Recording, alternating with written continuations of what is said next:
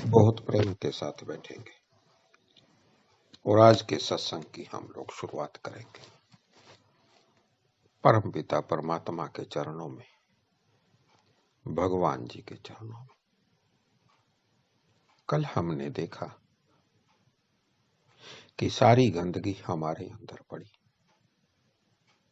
ये विकार है, ये इच्छाएं हैं, छूटती तक नहीं।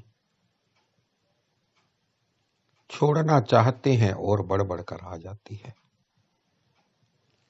इनसे दूर भागते हैं जितना, उतना ही ये करीब और आ जाती है। तो कैसे हो पाए हम इससे पार? कैसे कर पाए हम ये यात्रा? कौन करवाए हमको उस पार?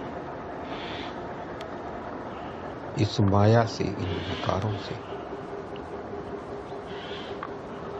हमको उस प्रेम के सागर की ओर, उस अमृत की ओर कौन लेकर जाए? और कैसे हो ये यात्रा? कैसे मैं इन विकारों से मुक्त होकर मोक्ष की तरफ जा पाऊं? कहते एक मुक्त आत्मा ही परमात्मा के दर्शन कर पाती है। हमारे ऊपर गंदगी का इतना बोझ चढ़ा, हमारे ऊपर ऐसी माया चढ़ी हुई है कि उससे पार हम जा ही नहीं पाते। दुख हटते हैं तो सुख आ जाता है। संसार के पाप से दूर जाते हैं तो पुण्य आगे आ जाते हैं। पुण्य से निकलते हैं तो पाप आ जाते हैं। इन दिन और रात के चक्कर से, सुख और दुख के चक्कर से, जीवन और मृत्यु के चक्कर से हम पार ही नहीं जा पाते। जिंदगी पल प्रति पल कम कर रही है हमको। एक एक पल हमको मौत की तरफ लेकर जा रहा है, मगर हम हैं कि कुछ नजर ही नहीं आता। इतनी इच्छाएं,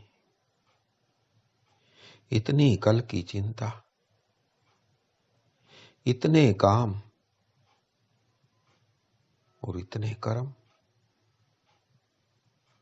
छूटते ही नहीं।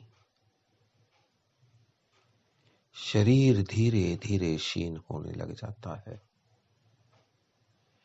शरीर धीरे धीरे कमजोर होने लग जाता है, लेकिन ये इच्छाएं और प्रबल होती जाती है। घर की, परिवार की, माया की पकड़ बढ़ती ही जाती है। अब ये पकड़ कैसे छूटे? ये दुख और सुख दोनों से हम कैसे छूट पाए? कैसे हम शांत हो पाए? कैसे मेरे हृदय में प्रेम उजागर हो पाए? कौन छुड़ाए मेरे को? कौन सुख ऐसा दे मेरे को? कौन अमृत की दो बूंदे मेरे हृदय के ऊपर छिड़क दे, जिससे काम और क्रोध, लोभ, मोह, माया से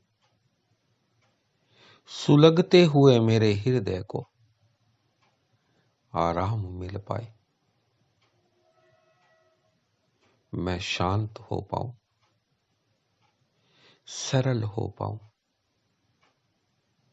झुक पाऊं उस परम सत्ता के आगे, खुद के आगे, खुदा के आगे।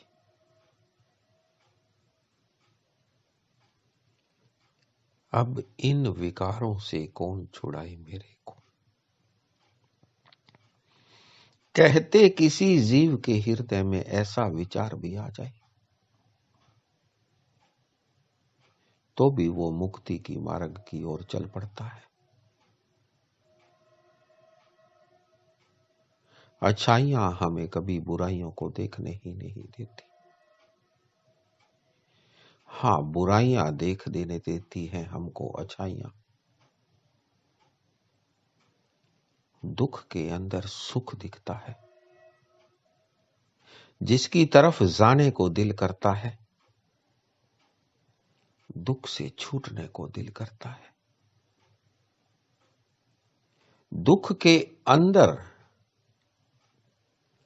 जो सुख की अभिलाषा जागती है वो सुख के अंदर दुख दिखता ही नहीं।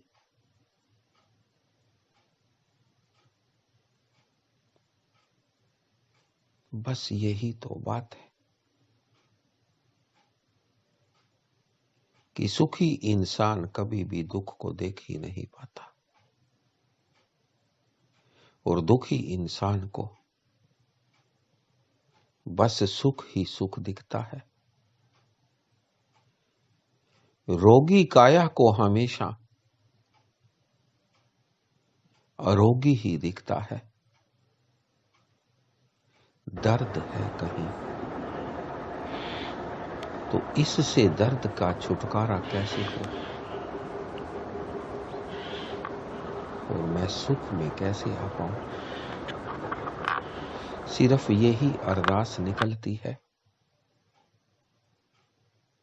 जबकि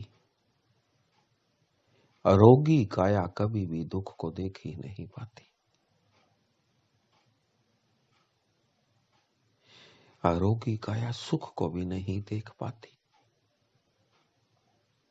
एक सुखी मायाधारी इंसान अहंकारी हो जाता है,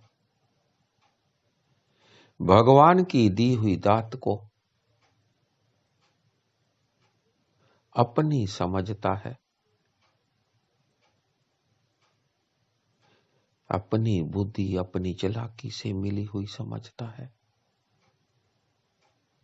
और मैं में उलझ जाता है, जबकि सब कुछ परमात्मा का। भगवान हमारे लिए अनेकों मार्ग अपने आप खोल देता है। इन दुखों की मुक्ति के लिए वो अपने आप सारे रास्ते तय करता है, एक नियम बनाता है और हमको सुखों की तरफ, आनंद की तरफ ले जाता है, भक्ति की ओर, सत्संग की ओर, रूहानियत की ओर। क्योंकि एक दुखी इंसान दुख के अलावा कोई और अरदास कर ही नहीं पाता। एक ही अरदास रह जाती है कि इन दुखों से मेरी मुक्ति कब हो, कैसे हो। और जब परमात्मा उसको सुख की ओर लेकर जाता है, इस दुख से पार, तब कोई इंसान परमात्मा के चरणों में झुक पाया, शुक्रिया कर पाया, दो आंसू बहा पाया उनके चरणों में, तो वो इंसान, वो जीव बहुत सहजता के साथ, सरलता के साथ इस जीवन को जीता है और परम जीवन की ओर चला जाता है। जैसे घर की सफाई हम करते हैं, ऐसे ही परम पिता परमात्मा हमारे सतगुरु हमारे हृदय की सफाई करते हैं, कुरेद कुरेद कर। कोई दाग धब्बा भी ना रह जाए और हमको पाक पवित्र बना देते हैं। संतुष्टि, तृप्ति, सहजता, सरलता, कोमलता प्रदान करते हैं। फिर वो जीव परमात्मा की छत्र छाया में भगवान के चरणों में अरदास करता हुआ, प्रभु के गुण गाता हुआ, नाचता हुआ रूहानियत के उस दौर में चला जाता है, जहां आनंद ही आनंद, उस हरि की ऊर्जा बरस रही है और वो जीव अपने चारों तरफ उस परमात्मा को, ठाकुर को महसूस करता है और उसी के गुण गाता हुआ अपनी दिनचर्या के सारे काम करता हुआ परमात्मा में ही लीन रहता है। बिना भक्ति के, बिना सत्संग के उसको कुछ और नजर ही नहीं आता। चलो हम भी अरदास करते हैं भगवान जी के चरणों में, महाराज जी के चरणों में, वो हमको भी इन दुखों से पार सुखों के सागर की तरफ लेकर जाए और अपने चरणों में हमको स्थान दे।